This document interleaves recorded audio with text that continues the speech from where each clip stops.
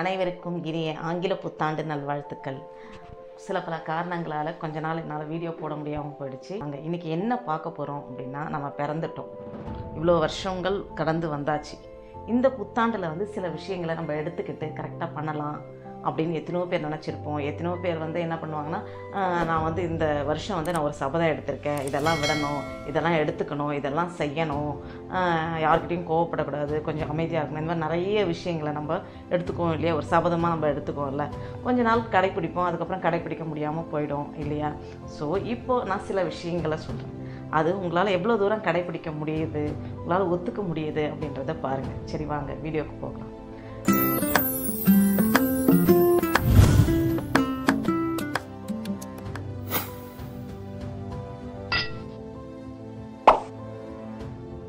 என்ன பண்ணணும் அப்படின்னா, நம்ம பிறந்துட்டோன்னே நமக்குன்னு சில கடமைகள் இருக்குது இல்லையா? கடமைகள் இருக்குது. கடன் அப்படின்னு சொல்லுவாங்க, கடன் குட்டல் மை அப்படின்னு சொல்லுவாங்க. அப்படின்னா என்னுடைய டியூட்டியை நான் செய்யணும். டியூனா என்ன அப்படின்னா, நம்மளுடைய டியூ கட்டுறோம் அப்படின்னு சொல்கிறோம் இல்லையா? டியூனா நம்மளுடைய கடனை கட்டுறோன்றது. அப்போ டியூட்டி அப்படின்றது தான் கடமை அப்படின்றோம். அப்படின்னா என்னுடைய டியூட்டியை நான் என்னெல்லாம் செய்யணும் அப்படின்னு பார்த்தோன்னா, ஒரு 5 வகை கடமைகள் ஒரு மனுஷனாக பிறந்தவங்க அத்தனை பேரும் செய்ய வேண்டிய ஒன்று அப்படிங்குவாங்க. என்னென்ன கடமை அப்படின்னா, முதல் கடமை என்னென்னா, என்ன நான் பார்த்துக்கிறது. முதல்ல அவங்கவுங்க பார்த்துக்கிறதுன்றது முதல் கடமை. இரண்டாவது கடமை அப்படின்னா, என் வீட்டில் இருக்காங்க இல்லையா, எங்கள் வீட்டில் இருக்கவங்க பார்த்துக்கிறது இரண்டாவது கடமை. மூன்றாவது என்னுடைய உறவினர்களை பார்த்துக்கிறது மூன்றாவது கடமை. நான்காவது என்னுடைய ஊரை பார்த்துக்கிறது நான்காவது கடமை. ஐந்தாவது என் உலகத்தை பார்த்துக்கிறது என்னுடைய கடமை அப்படின்றாங்க. ஸோ இந்த 5 கடமையும் செய்யணும் அப்படின்னு சொல்கிறாங்க. சரிங்க, இந்த 5 கடமை எப்படிங்கம்மா செய்கிறது? வீட்டையே பார்த்துக்க முடியல, என்னையே பார்த்துக்க முடியல அப்படின்லாம் நிறைய பேர் சொல்கிறது எனக்கு கேட்குது. நல்லா தெரிஞ்சுக்கோங்க, என்ன நான் பார்த்துக்கிறது அப்படின்றது செல்ஃபிஷ் கிடையாது. சுயநலத்தில் ஒரு புதுநலம் அடங்கியிருக்கு. எப்படின்னா, இப்போ ஒரு குடும்பம் இருக்குதுன்னு வச்சுக்கோங்க. அந்த குடும்பத்தில் ஒரு அவர் ஒரு ஆண் பிள்ளையோ இல்லை ஒரு அம்மாவோ ஒரு அப்பாவோன்னு வச்சுக்கோங்களேன். இப்போ அப்பா தன்னுடைய உடல்நிலையை சரியாக பாதுகாக்கலை, அவர் இஷ்டப்படி இருக்கார், ஒரு எக்ஸசைஸ் பண்ணுறதில்ல, நல்ல உணவுகளை சாப்பிட்றதில்ல, வேலைன்னு இருந்துடுறாரு, ஏதோ ஒரு ஒர்க்குக்கு போயிட்டே இருக்கார், தன்னை தான் கவனிச்சிக்கல அப்படின்னா, அப்போ அந்த உடல் ஒத்துழைக்காமல் என்ன ஆகுனா, சில பல நோய்கள் அவங்களை தாக்கும். அந்த நோய்கள் தாக்கும்போது அவரை மட்டும் தாக்காது, அவரை நம்பி இருக்கிற அந்த குடும்பம், அவர் வேலை செய்கிறார் இல்லையா இடம், அந்த வேலை செய்யக்கூடிய அவருடைய டியூட்டி இருக்குது இல்லையா? இப்போ அவர் ஒருத்தர் வரல அப்படின்னா அந்த டியூட்டி எவ்வளோ? ஒன்றும் இல்லை, ஒரு வீட்டில் ஒரு வேலைக்கார அம்மா ஒரு நாளைக்கு வரல அப்படின்னாவே நம்ம எவ்வளோ வேலை ஸ்தம்பிக்குது. அந்த மாதிரி அவருக்குன்னு சில கடமைகள் இருக்கும், அந்த இடத்துல அந்த வேலை செய்யணும்னு சொல்லிட்டு. இப்போது அவர் தன் உடல்நிலையை சரியாக பார்த்துக்காதனால என்ன ஆகுனா, அவரால் அந்த டியூட்டி சரியாக செய்ய முடியாமல் போகும். அப்போ அலுவலகத்தில் சில பிரச்சனைகள் வரும். வீட்டில் உடல்நிலை சரியில்லாமல் படுத்துட்டாங்க, இல்லை ஏதோ ஒரு சம்பவம் நடக்குது அப்படின்னாலும் அந்த இடத்த நிரப்புறதுக்கு யாரால முடியுமா? யாராலையும் முடியாது. அதனால் தன்னை தான் பார்த்துக்கிறதுன்றது சுயநலம் கிடையாது, சுயநலத்தில் ஒரு பொதுநலம் அடங்கியிருக்கு அப்படின்றாங்க. அதனால் கண்டிப்பாக அவங்கவுங்க தன்னுடைய உடல்நலத்தை பார்த்துக்கோங்க அப்படின்னு. உடல்நலத்தை பார்த்துக்கிறதும் ஒன்றும் இல்லை, அளவு முறையோடு சாப்பிடணும், அளவான தூக்கங்கள் இருக்கணும், அளவான உழைப்பு இருக்கணும், அதே மாதிரி சிந்தனைகள் அதிகமாக ஓட விடாமல் கொஞ்சம் தவம் பண்ணி கொஞ்சம் எக்ஸசைஸ் பண்ணி கொண்டு போகணும். இவ்வளோதாங்க, வேறு ஒரு விஷயமும் கிடையாது. அதே மாதிரி 8 மணி நேரம் உழைப்புனா 8 மணி நேரம் தூங்குங்க. மற்ற 8 மணி நேரத்தை உங்களுக்கு பிடிச்ச விஷயங்களை ஃப்ரெண்ட்ஸுங்களோட இல்லை குழந்தைங்களோட விளையாடுறது இந்த மாதிரி செஞ்சுக்கிட்டு வாங்க. பெரியவங்களோட கொஞ்ச நேரம் உட்காந்து பேசுறது, வயசானவங்களோட கொஞ்சம் ஜாலியாக கிண்டல் அடிக்கிறது, அந்த மாதிரி குழந்தைங்களோட குழந்தைத்தனமாக கொஞ்சம் பேசுறது, இது எல்லாமே நம்மளுடைய உடலுடைய ஆரோக்கியத்தை அதிகரிச்சுக்கிட்டே வரும். இரண்டாவது விஷயம் என்ன அப்படின்னு பார்த்தீங்கன்னா, நம்மளுடைய வீடு. நம்மளோட வீட்டில் இருக்கவங்க அத்தனை பேர் நம்ம முடிச்ச உடனே நம்ம வீட்டில் இருக்கவங்கள பார்த்துக்கணும். அவங்க ஒழுங்காக சாப்பிட்றாங்களா, அவங்க நல்லபடியாக வெளியே போயிட்டு வராங்களா, வரும்போது என்ன ஸ்ட்ரெஸ்ஸோடு வராங்களா, அவங்க முகபாவனை எப்படி இருக்குது, அவங்க இத்தனை நாள் இப்போ வீட்டில் வயசானவங்க இருக்காங்க, அப்பா அம்மா இருக்காங்கன்னா அவங்க பார்க்கணும். இத்தனை நாள் 5 இட்லி சாப்பிட்டவங்க இன்றைக்கினா 2 இட்லி சாப்பிட்றாங்க. அந்த சாப்பாட்டை வச்சு நம்ம கண்டுபிடிக்கணும், சம்திங் அவங்களுக்கு ஏதோ ஒரு ப்ராப்ளம் இருக்குது அப்படின்னு. சரி, நல்லா தூங்குறவங்க ஏதோ தூக்கம் இல்லாமல் இப்படி புரண்டு இருக்காங்கன்னா அவங்க மனசில் ஏதோ ஓடிட்டுருக்கு அப்படின்ட்டு நமக்கு தெரியும். நம்ம எப்படி சின்ன குழந்தைங்கள பார்த்துக்கணும் இல்லையா? ஏன்னா குழந்தை அழுதுகிட்டே இருக்குது, ஏன்னா சரியாக சாப்பிட மாட்டேங்குது அப்படின்னும் போது ஒரு 40-50 வயசுக்கு மேலே இருக்கவங்களுக்கு என்ன ஆச்சு அப்படின்றத நம்ம பார்த்துக்கணும். இது நம்மளுடைய கடமை. ஏன்னா பெரியவங்க இருக்கிறது வீட்டில் ஒரு வைரம் இருக்கிறதுக்கு சமம். ஸோ அந்த பொக்கிஷத்தை நம்ம முடிஞ்ச வரைக்கும் நம்ம பாதுகாக்கணுங்க. உங்களுக்கு 1008 வேலைகள் இருந்தாலும் அம்மாக்கும் அப்பாவுக்கும் 1008 வேலைகள் இருந்திருக்கும். நாம் குழந்தையாக இருக்கும்போது நமக்கு தேவையான அத்தனையும் அவங்க செஞ்சுருப்பாங்க இல்லையா, எல்லாத்தையும் விட்டுட்டு. ஸோ அந்த கடனை நம்ம திருப்பி கொடுக்க வேண்டிய நேரம் இப்பொழுது. ஸோ அதை திருப்பி கொடுங்க, சரிங்களா? அதே மாதிரி குழந்தைங்க இருக்காங்க, அவங்களுக்கு என்ன தேவை, அவங்க ஒழுங்காக ஸ்கூலுக்கு போகிறாங்களா வராங்களா, இல்லை அவங்க எந்த மாதிரி மனநிலையில் இருக்காங்க, அதை பார்த்துக்கிறது நம்மளுடைய கடமை. ஸோ வீட்டில் இருக்கவங்களுக்கு என்ன உடம்பு மனநிலை, அவங்களுடைய நட்பு வளம் எப்படி இருக்குது, இதை பார்த்துக்கிறது 2வது கடமை.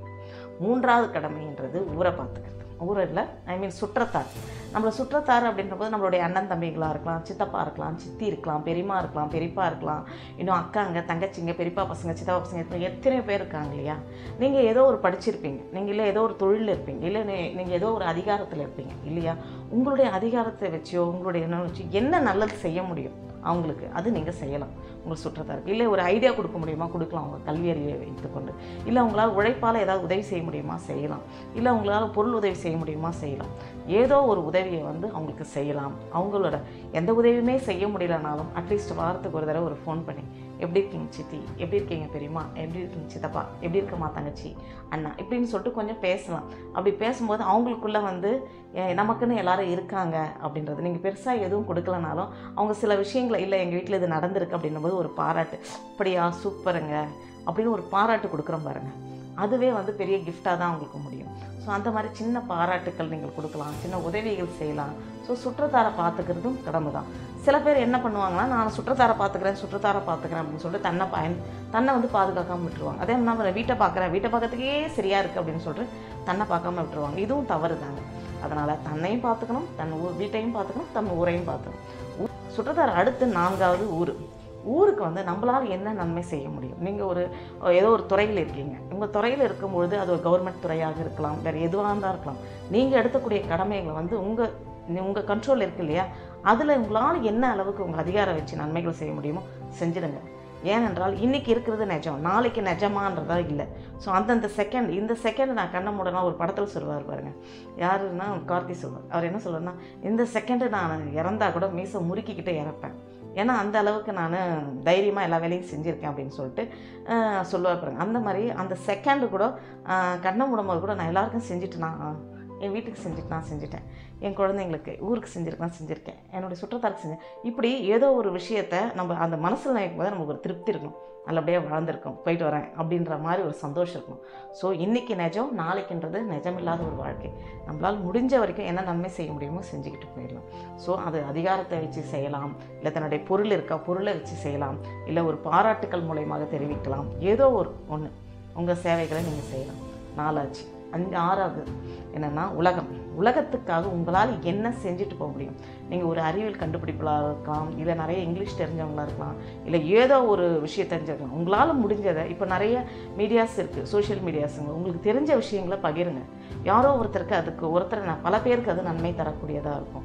ஸோ அந்த விஷயத்தை நீங்கள் செய்யலாம் உலகத்துக்கு. அதுக்கு முன்னெல்லாம் உலகத்துக்கு தெரிவிக்கணுன்னா அது பெருசாக மேடை போட்டோ இல்லை ஒரு இன்ஃப்ளூயன்ஸ் எல்லாம் நிறைய பேரை பிடிச்சி தான் செய்ய வேண்டியதாக இருக்கும்.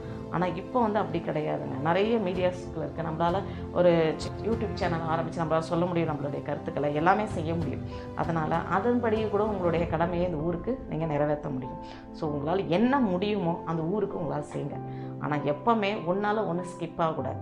ஃபஸ்ட்டு நீங்கள் உங்களை பார்த்துக்கிறது, 2வது உங்கள் வீட்டை பார்த்துக்கிறது, 3வது உங்களுடைய சுற்றத்தினர், 4வது ஊருக்கு, 5வது உலகுக்காக நீங்கள் பாடுபடணும். இந்த 5 கடமைகளையும் நீங்கள் சரியாக செய்கிறீங்களா, செஞ்சுக்கிட்டு வாங்க. ஃபஸ்ட்டு உங்களது அடுத்து தான் வாழும் நிலை உணர்ந்து தொண்டாற்றி இன்பம் காண்போம் அப்படின்னு சொல்லுவார் மகரிஷி. அப்படின்னா நீங்கள் வாழும் நிலை என்னவோ அதை உணர்ந்து நீங்கள் தொண்டாற்றுங்க. ஏன்னா கொண்டு வந்த கர்மாவை தொண்டு செய்து தான் தீர்க்கணும் அப்படின்னு சொல்லுவாங்க மகரிஷி. ஸோ அதனால் நம்ம கொண்டு வந்திருக்கோம், என்னது கர்மாவை தூக்கிக்கிட்டு வந்திருக்கோம்.